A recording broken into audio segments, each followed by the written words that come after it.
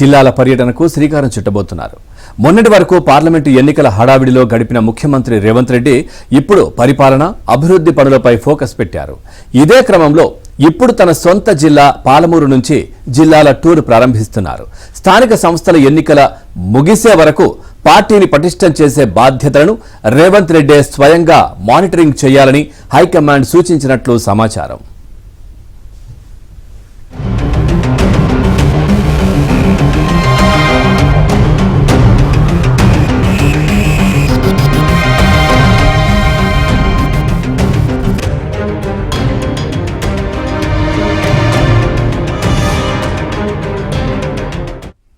జిల్లాల పర్యటనను అత్యంత ప్రతిష్టాత్మకంగా తీసుకున్న రేవంత్ జిల్లాల పర్యటన ముగిసే సమయానికి తాను అనుకున్న లక్ష్యాలు నెరవేరాలని కసరత్తు చేస్తున్నారు.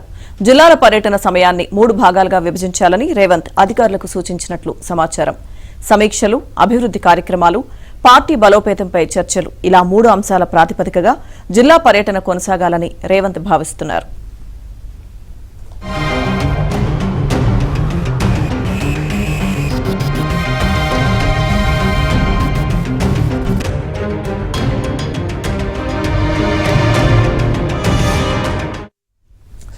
జిల్లాల పర్యటన నేపథ్యంలో జిల్లాల్లో చేపట్టవలసిన అభివృద్ధి కార్యక్రమాలు, ఆయా జిల్లాల స్థితిగతులు, తీసుకొనవలసిన నిర్ణయాలు తదితర అంశాలపై ఆయా జిల్లాల కలెక్టర్ల నుంచి సమాచారం తెప్పించుకుంటున్నట్లు సమాచారం.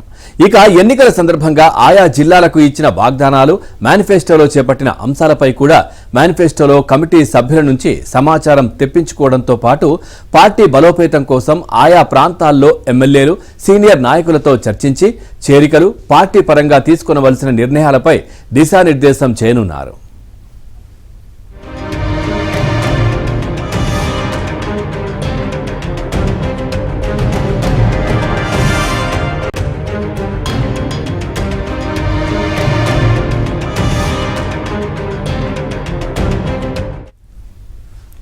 జిల్లాల పర్యటనకు ముందే ఆయా జిల్లాలోని బీఆర్ఎస్ ప్రజా ప్రతినిధులను కాంగ్రెస్ పార్టీలోకి తీసుకోవాలని రేవంత్ భావిస్తున్నారు. వీలైతే పర్యటన సందర్భంలోనే చిన్న సభలు నిర్వహించి ఆ సభా వేదికపై చేరికలు జరిగితే బాగుంటుందని హస్తం నేతలు భావిస్తున్నారు.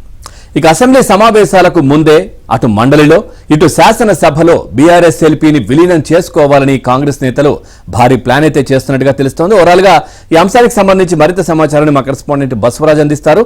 బసవరాజ్, ముఖ్యమంత్రి రేవంత్ రెడ్డి పర్యటనకు సంబంధించి పూర్తి డీటెయిల్స్ ఏంటి? పవన్, ఈ మధ్యాహ్నం 1 గంటకు మహబూబ్నగర్ జిల్లా కేంద్రానికి సీఎం రేవంత్ రెడ్డి చేరుకోనున్నారు. మహబూబ్నగర్ జిల్లా కేంద్రంలో మీరు చెప్పినట్లుగా 3 భాగాలుగా ఈ పర్యటన కొనసాగనుంది.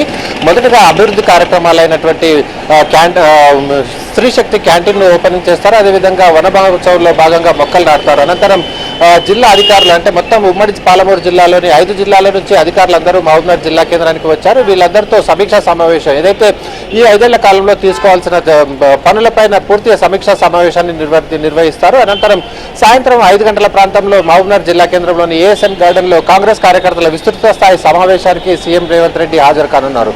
ముఖ్యంగా పాలమూరు అభివృద్ధి విషయానికి తీసుకున్నట్లయితే ఖచ్చితంగా ఇక్కడ పాలమూరు రంగారెడ్డి ఎత్తిపోతల పథకం ఏదైతే గత 10 ఏళ్లుగా నత్తనడకను కొనసాగుతుందో దాన్ని పరుగులు తీర్చే విధంగా తన పర్యటన ఉంటుందన్న భావన ఇక్కడ స్థానిక ప్రజాప్రతినిధులు కలిగిస్తున్నారు. అదేవిధంగా మహబూబ్నగర్ జిల్లాలో ఏదైతే కొత్తగా తీసుకోవాల్సిన అంశాలను కూడా పలువురు ఎమ్మెల్యేలు అక్కడ పరిశీలించి అదేవిధంగా నివేదికను సమర్పించేందుకు సిద్ధపడ్డారు. దీంట్లో భాగంగా ముఖ్యంగా మహబూబ్నగర్ జిల్లా కేంద్రంలో నేషనల్ ఇన్స్టిట్యూట్ ఆఫ్ టెక్నాలజీని ఏర్పాటు చేయాలని చెప్పి మహబూబ్నగర్ స్థానిక ఎమ్మెల్యే ఎన్ఎం శ్రీనివాసరెడ్డి గట్టిగా పట్టుబట్టారు. ఈ మేరకు ఒక నిర్ణయం మాత్రం ఇక్కడ సీఎం ప్రకటించే విధంగా ఖచ్చితంగా ఉంటుందన్న ఆశాభావం వ్యక్తం చేస్తున్నారు. పాలమూరు రంగారెడ్డి విషయానికి వస్తే 27,000 కోట్ల రూపాయలు ఖర్చు పెట్టినప్పటికీ ఇప్పటికీ ఒక చుక్క నీరు కూడా పొలాలకు అందని పరిస్థితి ఉంది. దాంతో ఇక్కడ ఏదుల రిజర్వాయర్ కానీ అదేవిధంగా కర్వెన రిజర్వాయర్, ఉదండాపూర్ రిజర్వాయర్, ఈ 3 రిజర్వాయర్లు కంప్లీట్ చేయడంతో పాటు లక్ష్మీదేవిపల్లి రిజర్వాయర్ను కూడా మళ్ళీ ప్రారంభించాలని చెప్పి రాష్ట్ర ప్రభుత్వం నిర్ణయించిన మేరకు ఈ విధంగా పనులు ఎట్లా కొనసాగించాలన్న దిశానిర్దేశం ఇవాళ సీఎం చేయనున్నారు.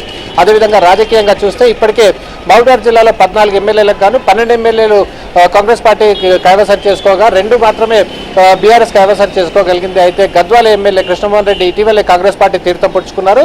మరో ఎమ్మెల్యే అలంపూర్ ఎమ్మెల్యే విజయుడు, అదేవిధంగా అలంపూర్ నుంచి శాసన మండలికి ప్రాతినిధ్యం వహిస్తున్న చెల్లా వెంకటరామరెడ్డి నిన్ననే సీఎం రేవంత్ రెడ్డిని కలిసి అలంపూర్ అభివృద్ధి విషయంలో పలు సూచనలు చేయడం జరిగింది. అంటే దీని నేపథ్యం ఏంటంటే ఖచ్చితంగా చెల్లా వెంకటరామారెడ్డి అదేవిధంగా విజయుడు కూడా రేపో మాపో పార్టీలో కలవనున్నారు. దాంతో మహబూబ్నగర్ జిల్లాలో ఉండే పూర్తి ప్రజాప్రతినిధులు ఒక స్థానిక సంస్థల ఎమ్మెల్సీ నవీన్ కుమార్ రెడ్డి తప్ప మిగతా అందరు ప్రజాప్రతినిధులు కూడా కాంగ్రెస్లో చేరినట్లు అవుతుంది. ఇలా పార్టీ పటిష్టతతో పాటు అభివృద్ధి అదేవిధంగా సంక్షేమ కార్యక్రమాలు సమీక్షా కార్యక్రమాలతో రేవంత్ రెడ్డి పర్యటన కొనసాగించుతున్నారు. Pawan right, thank you.